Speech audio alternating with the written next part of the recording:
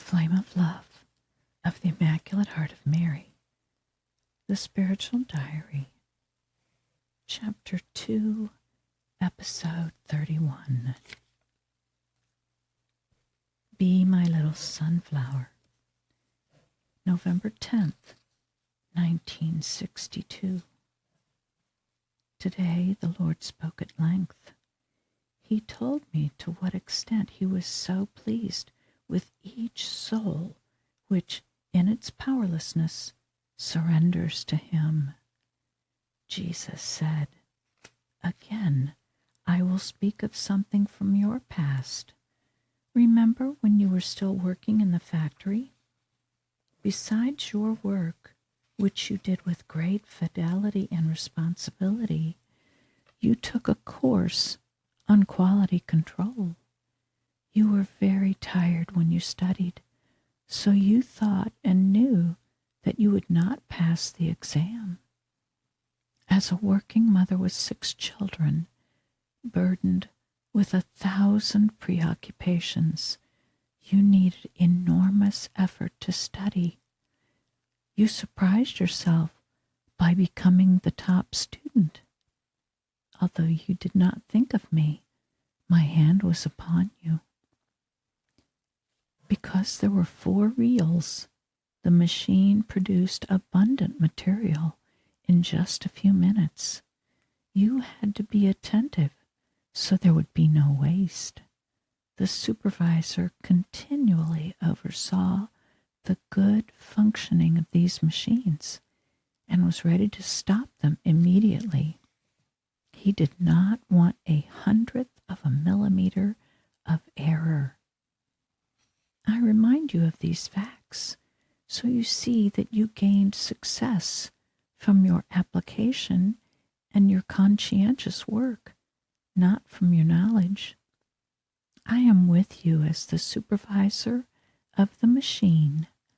I walk here, I walk there. I am near you so you do not produce anything wasted, not even an error of 1/100th of a millimeter is admissible. As I told you, not even a hair should separate us." Later, he spoke about another place of work. Jesus said, "When you handled the hardening material, you had to do your work with great circumspection. You had to set aside the material that was harder than permitted. It was returned to the furnace and melted again. Many times, my little one, I have to melt again those hardened souls in the furnace of my love. I do not want them to be wasted material. My little one, accept that I also meld you within the flame of my love. I do this to form you according to the demands of my heart. Only in this way was your later formation possible."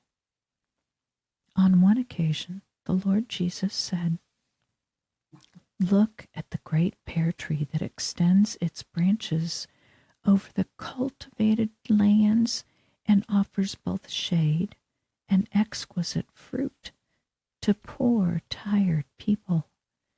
You, of course, cannot change yourself into such a great tree. Do you know what?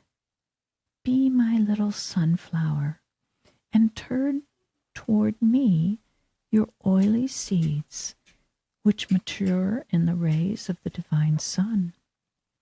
Do you want your oily seeds to be greater each time? Then accept every sacrifice I offer you. Only in this way can your oily seeds be useful. Do you want me to squeeze your seeds so the oil comes out? We can do this only through sacrifices. These drops of oil, squeezed by your sufferings, will fall in the empty lamps of souls, and the fire will be lit in them by the flame of love of my mother. By its light, they will find the road that leads to me. This drop of oil, squeezed out by your sufferings when united to my merits, will fall on those souls who still do not have a lamp. They will be astounded and will seek its cause, and they will find the road that leads to salvation. Editor's note: those without lamps are pagans who do not yet have light of true faith. Holy Purity, November 17th, 1962. I woke up early that morning when I heard my guardian angel saying, "The angels and the saints are looking at you with great admiration." He asked me to increase my profound adoration and praise for the Divine Majesty, because rare are those chosen to receive graces to that extent. Upon hearing those admonitions, the burden of my sins weighed upon me. I felt so unworthy of this abundance of grace that the effective grace of the flame of love of the Blessed Virgin pours out over me. On that day, the Blessed Virgin spoke with me at length. I cannot describe everything, only what happened during the morning hours. My misery was so deep, and I was greatly depressed. I was listening to her words with even more respect than I had until now. I had the feeling that she was about to communicate some extraordinary things to me. During Holy Mass, the Blessed Virgin infused into my consciousness what I am feeling now.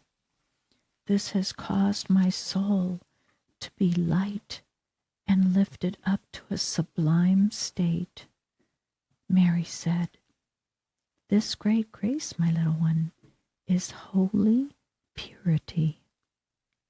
I was astounded at these words, and following a brief pause, the Blessed Virgin added, Mary said, "Now you have been purified of every stain, any trace of sin against purity.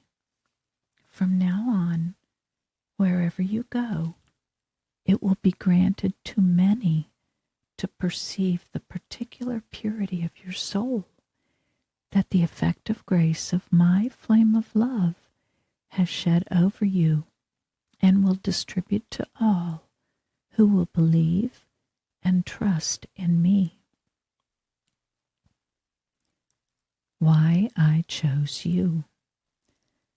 November 19th, 1962. The Blessed Virgin. Mary said, "In the course of your long struggles, I am now going to tell you why I chose you, the first, to be handed the flame of love. You have yourself recognized that you are not worthy of this. This is the pure truth. There are many souls more worthy than you.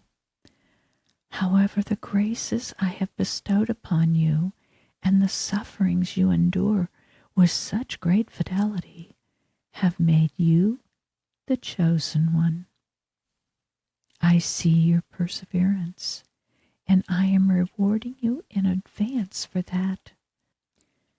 Just so you not be distressed, I will mention a little detail which pleases me and is for your merit. Many people in your neighborhood have known you for years. You have fought your great battles before their eyes. Many admire you, and even your enemies speak of you with respect. I am pleased to hear that. A mother is pleased to hear one of her children is recognized as being good, and you are my daughter twice over. I know you are refuting this, my little Carmelite, and you have reason enough to do so. I rejoice because you are not pretentious. This is why I came towards you, I, the Mother of Mercy, entrusted you with the most excellent of my graces to make my flame of love known to others. Why precisely you? I will tell you. Listen, my daughter. You are also the mother of a large family. Through your children, you know all the pains and problems of a family. Many times you are close to falling beneath the cross of difficult trials, and you still experience many sorrows over your children. Bearing such ordeal is meritorious for you and for any mother. By divine will, these experiences that affected your life have not been in vain. I have taken them all into consideration. I know you understand me, and this is why I shared with you how I feel in my motherly heart. My sorrow is just like your sorrow. There are many cold families like yours in my country. I want the flame of love of my heart to warm them up, and others just as well. I can see that you understand this well, since you are living the same reality. This is why you have compassion for me. As a result, I first entrusted to you the abundance of my graces. Only a mother can truly share my sorrows. I am the mother of sorrows. I suffer greatly because of the souls being lost. I am tortured in pain as I grieve for the suffering of my divine Son. Never despise any tiredness. Be my eternal companion, helping me bear my sufferings. This is what I ask of you.